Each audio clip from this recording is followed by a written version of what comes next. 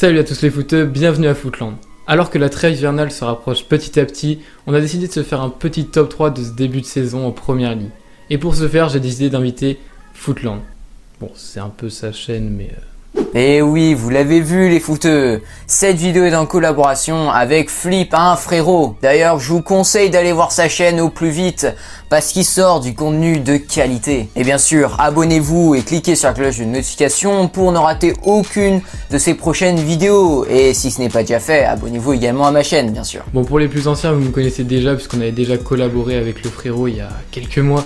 Et je suis de retour sur la chaîne, ça a un peu changé puisque maintenant je suis en facecam, je fais plus que du montage, mais c'est avec grand plaisir que je reviens aujourd'hui pour une nouvelle vidéo. Bon, trêve de bavardage, dans cette analyse, on va vous présenter les 3 meilleurs joueurs de Première Ligue jusqu'ici. La Première Ligue déborde de talents à tous les postes, donc c'était extrêmement difficile de sortir seulement 3 joueurs. Et pour ce faire, on a surtout pris en compte 2 critères, ses statistiques bien évidemment, mais surtout son influence, son impact sur son équipe. Alors quels sont les 3 meilleurs joueurs du championnat anglais?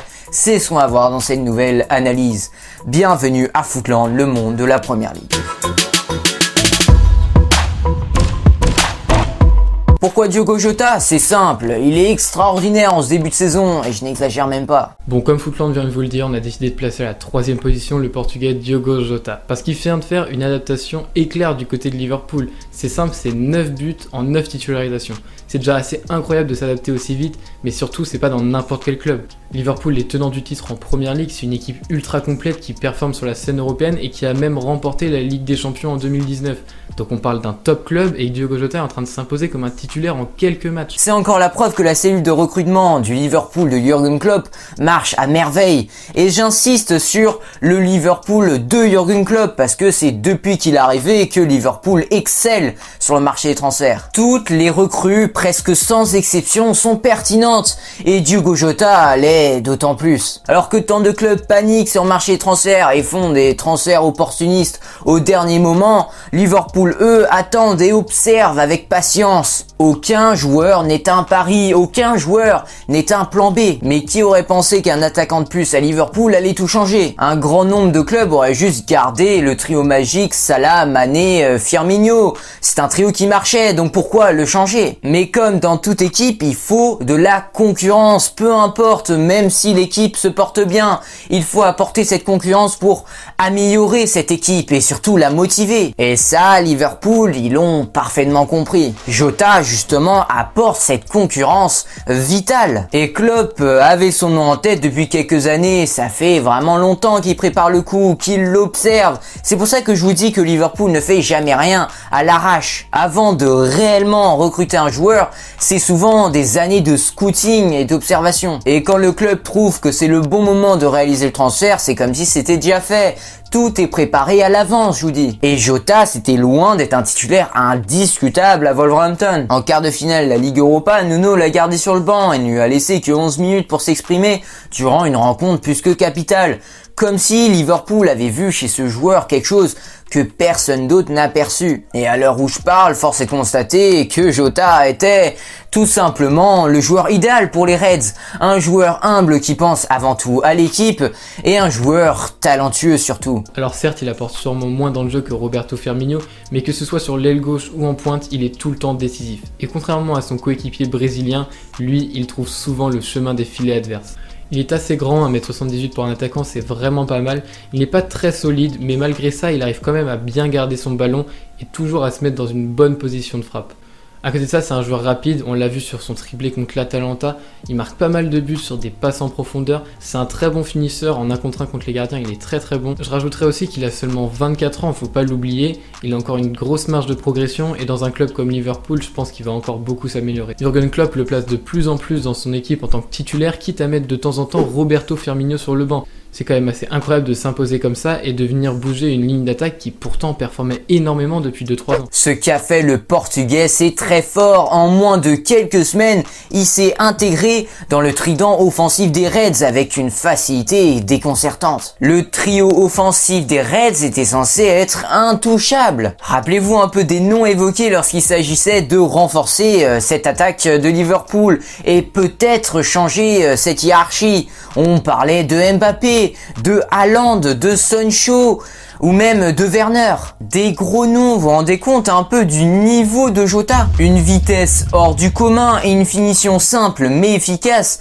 Jota est un joueur extrêmement polyvalent, ce qui laisse beaucoup de possibilités à son coach. Je t'aime Bobby, mais va falloir que tu te réveilles. Maintenant, il n'y a plus de doute à propos de Diogo Jota. 9 buts en 15 matchs les footeux, alors même qu'il vient d'arriver.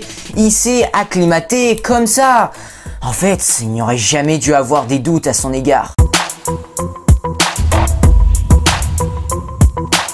Vous le savez, Tottenham est leader de Première League et l'une des meilleures attaques en Angleterre. Un début de saison canon pour les Spurs, et ils peuvent remercier 2 hommes en particulier. Harry Kane et Heung-min Son. D'un côté, on a le meilleur passeur de Première League, et d'un autre côté, on a le 2e meilleur buteur de Première League. En deuxième position, on retrouve donc le duo de Tottenham, Harry Kane, Heung-min Son, et que dire sur ce duo d'attaque, c'est juste incroyable, et je pense qu'on va commencer par les stats, parce que c'est ce qui m'a le plus frappé en ce début de saison. Heung-min Son a délivré 5 passes décisives, il a inscrit 12 buts dont 7 sur des passes décisives de Harry Kane. De son côté, le buteur anglais a délivré 11 passes décisives, a marqué à 13 reprises dont 3 fois sur des passes décisives de Heung-min Son. On compte donc un total de 25 buts et 16 passes décisives pour ce duo, toutes compétitions confondues. Et je me répète, tout ça seulement depuis le début de saison. Les deux forment un duo extraordinaire, on ne pouvait pas trancher entre ces deux-là, ils vont ensemble. Dans plus de 80% des buts de Tottenham, ce duo est impliqué.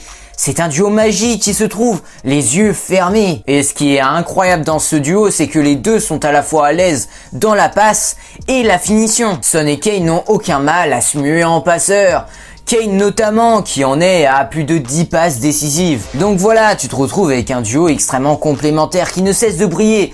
Un jour, c'est Son qui va faire la passe décisive pour Kane. Un autre, ce sera Kane pour Son, etc., etc. Les deux sont donc très imprévisibles. Tu ne peux jamais savoir lequel va jouer le rôle de buteur et de passeur. Quand l'un s'excentre, l'autre reste plus axial, et grâce à leur qualité de passe, ils vont trouver des longues passes, souvent en profondeur. Enfin, ils misent sur un jeu rapide. Pour ceux qui jouent à FIFA, vous connaissez, Son, c'est une fusée. Voici un exemple assez frappant de cette connexion entre Kane et Son. Là, Harry Kane est à 30 mètres de ses buts et il va réaliser une passe magique pour son coéquipier coréen. Et avant même que Kane touche le ballon, Son, il est déjà parti. Il sait très bien quel est son rôle. Prendre de vitesse ses adversaires en contre-attaque et faire des appels meurtriers en profondeur. Et maintenant, il y reste plus qu'à finir, et puisqu'il a un sang-froid extraordinaire, pas de problème. Et la passe de Kane, on en parle. On l'oublie souvent, mais l'anglais c'est peut-être un buteur, mais c'est également un joueur qui a cette science de la passe. C'est cette année qu'on est en train de découvrir à quel point il est fort dans ce domaine. Ces 3 dernières saisons, il n'a jamais dépassé la barre des 4 passes décisives en un an. Le Tottenham de Mourinho, dès la récupération de balle, va partir en contre-attaque. Ce sont souvent des attaques rapides, des mouvements rapides et efficaces.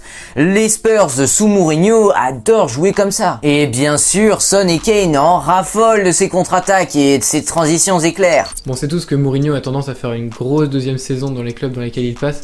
Et cette année, il ne déroge pas à la règle puisqu'avec Tottenham, il est premier de Première League après notamment avoir battu Manchester United à Old Trafford 6-1, ça fait très très mal. Et après avoir battu dernièrement Manchester City 2-0 et Arsenal 2-0, 2 très belles victoires qui confortent leur avance. Et c'est là où on voit la capacité de Mourinho de tirer le meilleur de ses joueurs. La preuve avec Kane et Son, ils ont des stats bien plus importants que à leur habitude. Et les deux hommes sont même en train de marquer l'histoire de la Première Ligue. 9 de leurs combinaisons ont fini dans les filets cette année. Et au total, ils ont réalisé 29 combinaisons qui se sont terminées par un but, soit 7 de moins que le duo le plus prolifique de l'histoire de la Première Ligue. Le duo légendaire des Blues, Lampard-Drogba. Le duo Son et Kane est désormais le deuxième duo le plus prolifique de l'histoire, à égalité avec 2 duos iconiques, le duo de légende d'Arsenal, Robert Pires, Thierry Henry, et le duo salivant des Citizens, qui a dû se séparer il n'y a pas si longtemps que ça, Agüero, David Silva. Bon, pour résumer, on peut dire que ce duo contribue énormément à la réussite de Tottenham en ce début de saison, et ça ne peut que continuer, c'est pour ça qu'ils méritent amplement leur deuxième position dans ce classement. Ah là là, Bruno Fernandes, que dire de son impact sur Manchester United. À la première position, on retrouve évidemment Bruno Fernandes. Comment ne pas mettre le Portugais sur la plus haute marche de ce podium? C'est l'homme à tout faire du côté de Manchester United, il y a clairement une équipe avec et sans lui. C'est simple, avec lui c'est en moyenne 2,44 buts par match, tandis que sans lui c'est seulement 1,61 buts marqués. Les Mancuniens n'encaissent qu'en moyenne 0,22 buts par match avec et 0,97 sans lui. Pour synthétiser tout ça, on se rend compte qu'avec Bruno Fernandes titulaire, Manchester prend en moyenne 2,2 points par match, pour seulement 1,4 points quand il n'est pas là. Il a donc un impact très fort dans son club. Un joueur qui apporte autant à lui tout seul, c'est très fort. Et pour expliquer tout cela, je vais vous présenter le joueur et surtout ses qualités. Premièrement, c'est un meneur de jeu. Dans le 4-2-3-1 d'Ole Gunnar Solskjaer, il est placé comme numéro 10. C'est donc lui qui conditionne le jeu et surtout les phases offensives.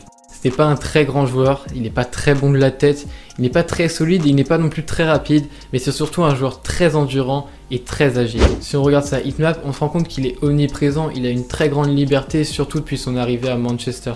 Son agilité vient d'ailleurs compenser son manque de vitesse. Il est droitier mais bon du gauche également. Techniquement, il est au-dessus de la moyenne. Cette saison, c'est 4,17 dribbles tentés par match pour 55% de réussite. Sa petite taille fait de lui un excellent dribbleur, surtout dans les petits espaces. On le voit souvent dribbler aux abords de la surface pour au final trouver la bonne passe. Et d'ailleurs, c'est un de ses grands points forts, ça, la vision de jeu. Il délivre souvent des bonnes passes en profondeur qui, de plus en plus, se concluent en passes décisives. En l'occurrence 60 sur ces 3 dernières années. Il est souvent en bonne position pour faire ses passes car c'est un joueur qui ose se retourner, qui ose jouer vers l'avant et qui cherche constamment la verticalité. 75% de ses passes sont vers l'avant. Et l'autre facette de Fernandes qui apporte beaucoup aux Red Devils, c'est son envie de prendre des risques, parfois démesurés certes, mais ça donne des immenses opportunités pour ses coéquipiers. Quelques pertes de balles, c'est le prix à payer, mais en retour, tu reçois tellement plus. Martial et Rashford n'ont jamais reçu autant de caviar durant leur carrière à Manchester United. Et Cavani est déjà en train de pleinement en profiter. En plus d'être passeur, il est également buteur, notamment sur coup de pied arrêté. C'est un très bon tireur de penalty et un très bon tireur de coup franc. Il a une très bonne frappe de loin. Je finirai par ce qui est selon moi sa plus grande qualité, sa mentalité. On voit beaucoup d'images où il a cette rage de vaincre, cette envie d'être toujours décisif et vocalement il est ultra présent. Alors hormis qu'il soit un leader technique, il est avant moi un leader vocal. Au-delà de ses stats, c'est surtout son caractère de guerrier, sa combativité, son mental d'acier, son esprit de capitaine qui fait de lui le meilleur joueur de première ligue en ce moment. Et contre Southampton, alors que Cavani était en train de célébrer avec ses coéquipiers son but qui a permis à Manchester United de revenir de partout, Bruno Fernandes, lui, était en train de hurler à ses coéquipiers de se repositionner afin de reprendre le match le plus rapidement possible et ainsi avoir le temps de marquer ce troisième but qui serait synonyme de victoire. C'est un vrai comportement de capitaine ça, un exemple pour tous. Ça se voit que c'est un leader dans l'âme ce Bruno Fernandes. United a vraiment manqué ce genre de joueur avec un caractère prononcé ces dernières saisons.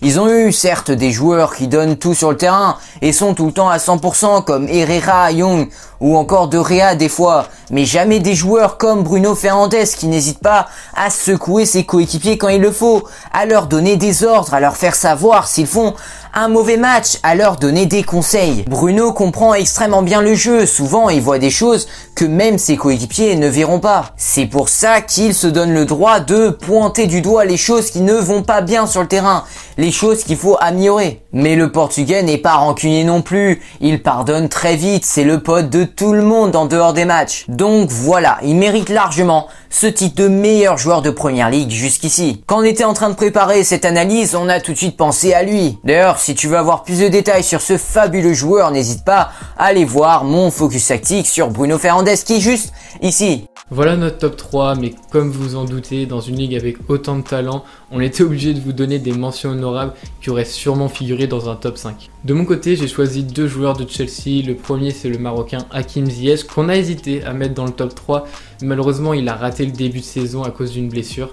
C'est un joueur très bon techniquement, qui casse tous les blocs bas, mais je vais pas vous en faire une analyse détaillée puisque Footland en a déjà fait une qui a très bien marché sur sa chaîne. Je pense qu'il vous la mettra en fiche quelque part. Et le deuxième joueur que j'ai choisi, c'est le gardien sénégalais Edouard Mendy. C'est l'un voire le meilleur gardien en ce début de saison. Il enchaîne les clean sheets et il a sauvé vraiment pas mal de fois de Chelsea. Alors bien sûr, d'autres joueurs auraient pu figurer dans ce top 3. Je pense notamment à Grealish, tout passe par lui. Aston Villa, c'est le vrai leader technique de cette équipe et il est tellement séduisant balle au pied. Et Ward-Prowse fait également partie des meilleurs joueurs de Première Ligue. C'est notamment un monstre sur les coups francs. Au niveau des coups de pied arrêtés, on ne fait pas mieux en Angleterre et en Europe, difficile de trouver meilleur que lui. Contre Aston Villa, c'est devenu le 9e joueur de l'histoire de la Première Ligue à inscrire 2 buts sur coup franc. C'est incroyable. Mais c'est bien plus qu'un excellent tireur de coup franc. C'est l'homme à tout faire des Saints. Extrêmement mobile sur le terrain, le capitaine de Southampton a une endurance hors du commun qui lui permet d'être partout sur le terrain et d'offrir beaucoup de solutions à ses coéquipiers. C'était super cool de faire cette collab avec Flip. Comme je vous l'ai dit, si ce n'est pas déjà fait, abonnez-vous à sa chaîne au plus vite et bien sûr abonnez-vous également à ma chaîne si ce n'est pas encore fait. Je pense qu'avec nous deux, vous êtes carré au niveau du football. Voilà, c'est la fin de cette vidéo. Merci d'avoir regardé, merci à Footland pour l'invitation. Ça fait toujours extrêmement plaisir de passer sur cette chaîne. De toute façon, il passera sur la mienne au plus vite et sur les prolongues, l'émission dès 2021. En attendant, écoutez, portez-vous bien et puis moi je vous dis à la prochaine pour une nouvelle vidéo. Si vous voulez savoir pourquoi Bruno Fernandes est devenu indispensable à Manchester United, il ne vous reste plus qu'à cliquer sur la vidéo qui est juste ici. Sur ce, moi je vous dis à la prochaine pour une nouvelle analyse palpitante. D'ici là, prenez soin de vous les gars. Ciao les footeux.